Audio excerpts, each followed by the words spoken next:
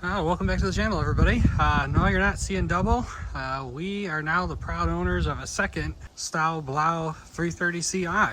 This is the one that I've owned for 4 years now, my autocross car, and this is my first ever Copart purchase. This is a 2002 330 Ci. Unfortunately, it's the automatic variety, and if you haven't seen it yet, she's got some cosmetic issues as well. But let's just take a quick walk around here, introduce you to the car, what we're planning on doing with it. Like I said, this is a 02 330 Ci. Outside of the front end stuff, this side is pretty decent. The doors are good. We do have a little whiskey lick back here in the quarter. You know, you could probably pop that out if you really wanted to. And so we do have a cracked lens. That might have been from this accident, maybe not, I don't know. Rest of the way around the back looks pretty good. Got a little aftermarket spoiler on the trunk. That's kind of cool. And on this side, we're looking pretty good too. So I did run a Carfax on this, and this has 4 brand new tires just put on in October. They are just Salem brand. They're, you know, no name tires, but hey, they're 4 good tires, so that's always a plus. Interior. On the interior, we do have the dove gray interior, which is less desirable, but it is in really good shape. The sport seats are in nice shape. Back seat looks pretty decent. Carpeting is nice. Let's see. It is the automatic, like I said. We do also have a M3 Alcantara steering wheel. That's kind of nice. And one thing that I think is kind of weird, so the dash all has this, you know, the basic painted gray, but both rear door cards have the wood. Even the shift surround is the silver, so they must have switched it out at some point. I could run the build sheet. Ooh, I didn't even see this. This got HomeLink. That's pretty cool. I've never, of all the E46s I've owned, I've never had one with HomeLink, so that's pretty cool. I got a couple mirrors from convertibles that have it, but never had the HomeLink up there. That's pretty cool. With this, I did get a key as well. We do have a title. Fortunately, it is salvaged. You can get around here, and you can drink it all in with me. So yeah, she's, I don't know if you can really tell, not so much over here, but over here, she's pushing in pretty good. I did see this in the pictures that the radiator support is ripped off of the apron. This apron's buckled in a little bit. You got the washer solvent that's popped out of place, and typical E46, there's a gallon of coolant in the drug bin. These hinges are all pushed over. Just to give you an idea how far this front end was pushed over, look how far the crash bar is sticking out past the wheel well. This should be about here. So I have a feeling that the frame rail is also foobarred over here. It might just be the extension horns, but probably not. I did have one kidney grill that was decent. We might be able to save on this. Oh yeah, they'll probably polish right out. That emblem, we can save on that, but the rest of it's pretty well trashed. So let's just check on the driver's side here. And again, you got that silver trim. I'm betting that they swapped that out at some point. Oh, we got a whole bunch of junk. Oh, there's the pad, and there's some headlight pieces. One of the corner lamps.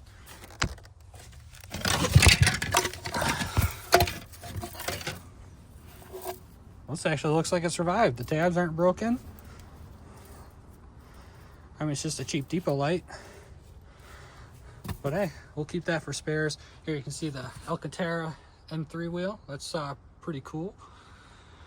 We'll save on that for sure. Let's just check out the trunk real quick. You get a little better look at the spoilage.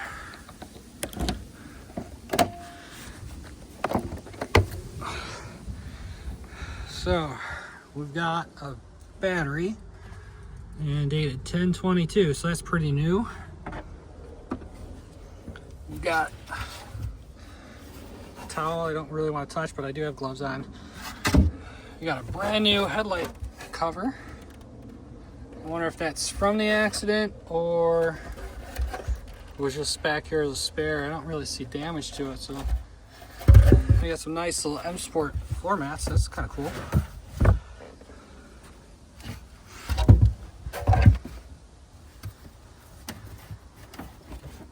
And we do have a spare. I think this is just a spare saver. I don't think this is an actual wheel. I can pull this out later and check. We do have the jack, which is kind of nice to have. And let's see what we got in the toolkit. Wow, it's near complete. It's missing the triangle, I think, but other than that, it's complete. And man, the tools are spotless. So we're definitely going to save those. Now, one of our problems when the airbags go off in these cars, this battery safety terminal pops. You can see how it kind of moves in and out a little bit. So I'm gonna have to get in there and just kind of temporarily get it pushed back in, and we should be able to crank it.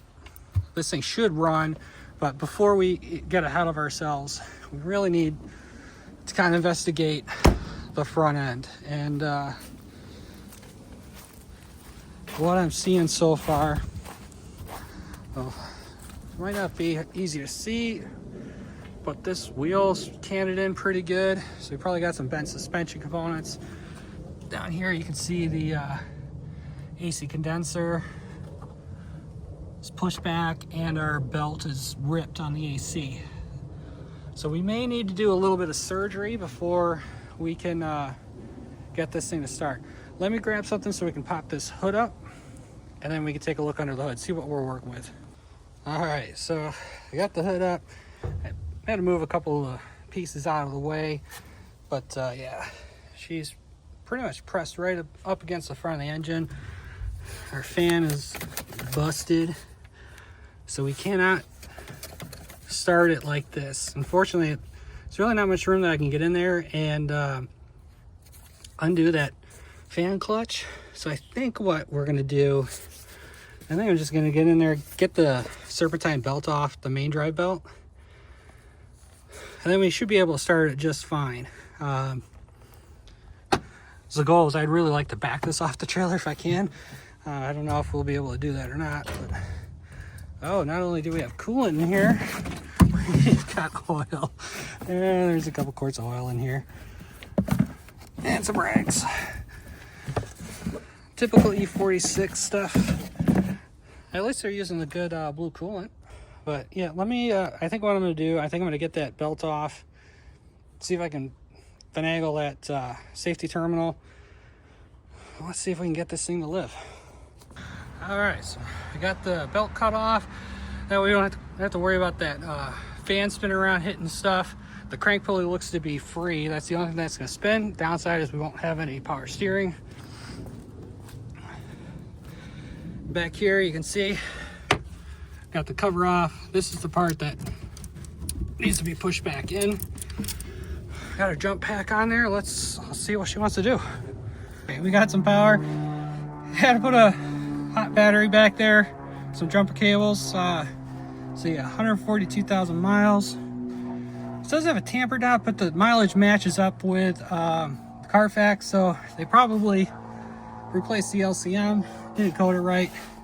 Let's see if she'll start. Nope. Now I need a little bit more juice. All right, let's give this a try again.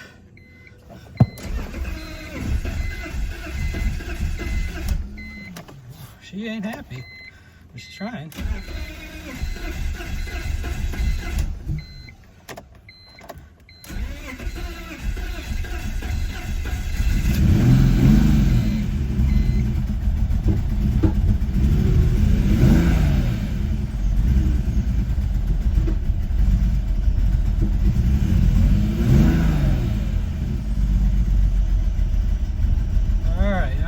she runs. I think I'm gonna try and get this thing off the trailer. All right, well, we got her off the trailer and in the garage. It was really fun with no power steering and the bad shoulder, but we made it, didn't hurt ourselves, took our time with it. So it's in here. I can get a better look at this and yeah, seeing what's savable, what's not. I'm not sure I really said at this point what the plans are with this, but I bought it basically for parts. You know, it might have it might be rebuildable, but I don't really think so. With how much this apron is pushed over, how far back this is in and to the side, more than likely, like I said, that frame rail is probably tweaked. I really can't get down there and see it, but I think the next step, that's going to be a tomorrow thing. I'm pretty whooped from just from getting this and getting it back here. I think tomorrow we'll start maybe trying to pull this crash bar off, maybe try to get the radiator support out of the way. Then we can see what's going on with the motor, make sure the motor's not damaged. It did run, it ran like crap. I don't know how long this thing's been sitting. I think the accident was October. This is middle of January. So the gas shouldn't be too bad, but there could be vacuum leaks, you know, something could have broke. I did unplug the map just so it would run on a base map. You know, you could have oxygen sensors that are broken, you know, all kinds of things. So I think the next step is just going to be getting all this damage out of the way and seeing exactly what's there. And we'll get it up in the air, again, see what's there. And I don't know if I said how much I paid for this or not. I'm sure I'm going to put it in the title, but the winning bid was $375. And I think there's a ton of good stuff on here for that money. Now with Copart fees, it's about twice that. It was about $750 or $725, something like that. But still, I mean, the engine alone, if that runs good, that's $1,000, $1,200 all day long. I have no problem selling these M54B30s. We've got a decent set of Style 68s with brand new tires. I mean, like I said, a month old. He put the tires on and then this thing got smashed. Let's see, this was through National General. Yeah, pickup date was October 22nd. And that's right about when they put the tires on, was like a week before that. So that kind of sucks. Just sink that money into this and boom. It seems like this is something the guy cared about. I mean, 4 mashing tires, they're no-name, but hey, he put them on. He put, you know, the M3 wheel, or, you know, maybe it's a ZHP wheel with the Alcantara, I don't know.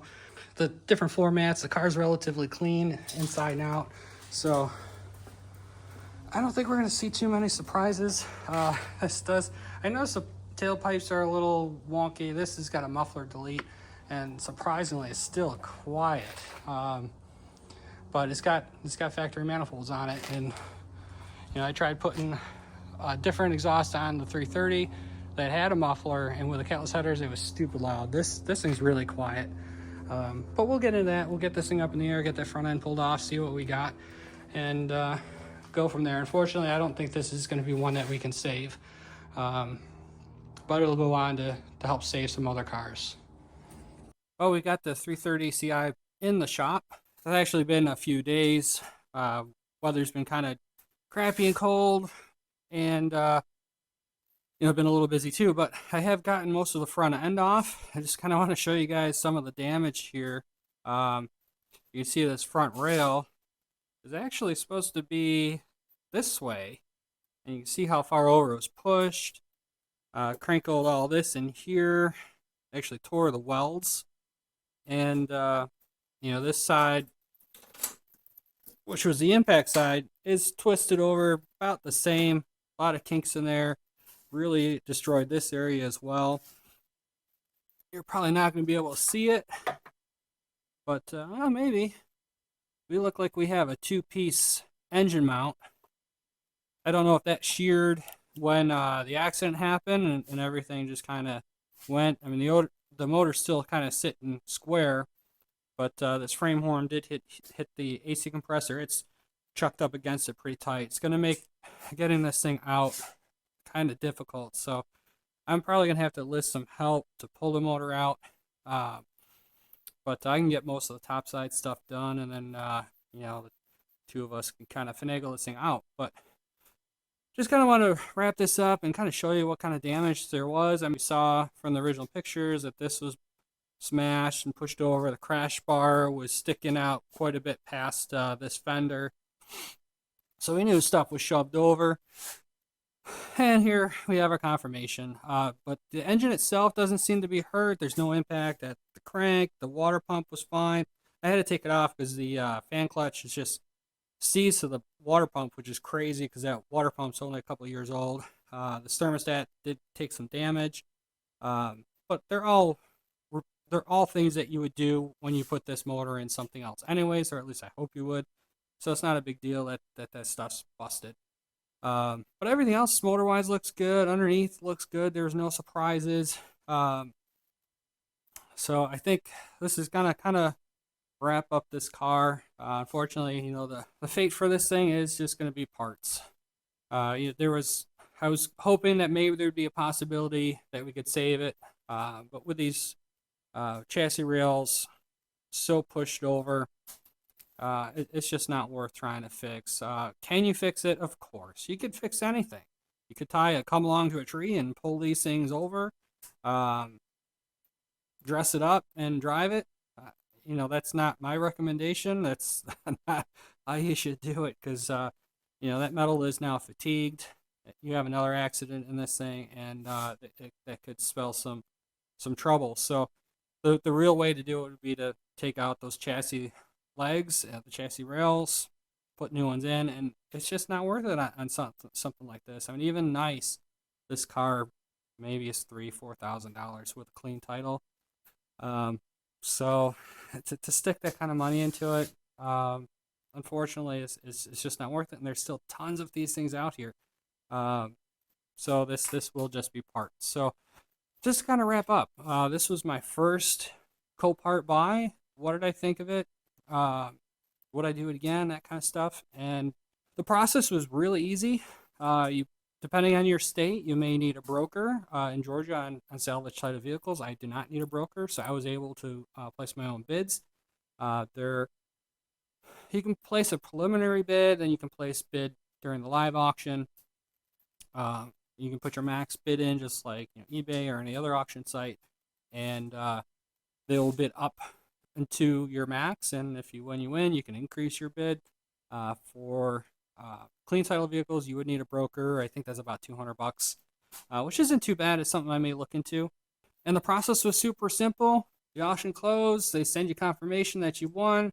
They send you a bill. You pay it. Schedule an appointment to go down and pick the car up. They load it on a trailer for you, and away you go. So it's a really simple process. The fees. So I mentioned the winning bid on this car was $375. With all the fees, it was like $750 something. That's taxes. That's their all their auction fees, buyer fees, gate fees, whatever fees that they want to slap on there. And it sounds like a lot because it was such a cheap car, but to be honest, this car came with a title. It came with a key, and that there is huge. A lot of the auction cars that I've been buying from impound auction, they have no keys, they have no title. Sometimes they do come with paperwork and I can get a title, but then that's an extra cost. So even though this one is going to get scrapped, it was a plus that it came with a title, just in case it turned out that we could save it. It'd still be salvage. I'd have to go through that process, but all in all, excellent experience. Definitely going to be looking for more cars. There's always something on my watch list. I'm just trying to keep it down to one project car in the driveway as it is. Made some progress. Things are binned up, labeled, sorted, a lot of stuff listed. Got my bench cleaned off really nice. We're down to only 3 batteries. Just a FYI, if you have old batteries, don't throw them in the ocean. Don't leave them in your backyard. AutoZone, Advanced, O'Reilly, they all take the batteries back for recycle, $10 a piece. So they'll give you a gift card. You can use it in the store. Super, super simple. Cleans up floor space. Gets things recycled the proper way. But anyway, I'll stop rambling. Appreciate you guys all watching. Sorry, this car wasn't much more than just hey, I bought this and now we're scrapping it, but that's the way it turns out sometimes. So I am on the lookout for an actual project for the next one. In the meantime, like I said, we've got little stuff to do on the M3. Uh, as my shoulder feels better, we're going to start tackling the turbo build on the 330 Ci. So lots of stuff coming, guys. Appreciate y'all sticking with me. Hit that like and subscribe button. Leave me a comment. Let me know what you guys are working on and what else you might want to see on the channel. Do you want to keep seeing E46 stuff? Or are you getting bored of it? Do you want more BMW stuff? Do you want something non-BMW? I'm open. I'm just very partial to E46, but I'm open to working on other things. So appreciate you all watching, and we'll see you in the next one.